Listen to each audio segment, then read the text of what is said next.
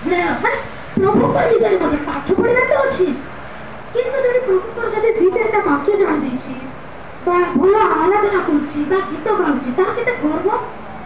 ଆଜି ବିଦ୍ୟାର୍ଥୀ ମାନେ ଅନ୍ୟ ଲୋକ ତ ଛାଡ଼, କିନ୍ତୁ ଆଜି ଆମର ଖ୍ରୀଷ୍ଟିଆନ ମାନଙ୍କ ଭିତରେ ଗର୍ବ ଅଛି।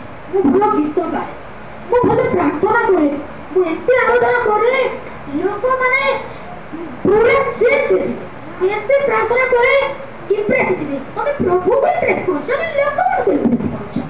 ମୁଁ ଏତେ ବାକ୍ୟ ପ୍ରଚାର କରେ ସମସ୍ତଙ୍କର ମୁଖ ବନ୍ଦ କରିଦିଏ।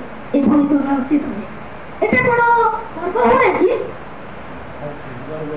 আজি আমি প্রার্থনা করছি, আরাধনা করছি দেখি এই সময় ମୁଁ ତାଙ୍କୁ ଦେଖି ନାହିଁ କି କିଭଳି ଭାବରେ ଥିଲେ, କି ଆଗ୍ରହ ଥିଲେ, କିଏ କିଏ କେତେ ବସିଥିଲେ ମୁଁ ଦେଖି ନାହିଁ।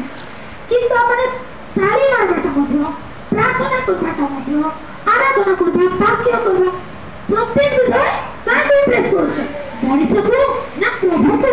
ହାଲେଲୁୟା, ପ୍ରେଜ୍ ଦ ଲର୍ଡ। ଆମେ ମନୁଷ୍ୟକୁ ସନ୍ତୁଷ୍ଟ କରିବା ପାଇଁ ନୁହେଁ, ପ୍ରଭୁକୁ ସନ୍ତୁଷ୍ଟ କରିବା ପାଇଁ କରିବା ଉଚିତ। ହାଲେଲୁୟା, ପ୍ରେଜ୍ ଦ ଲର୍ଡ।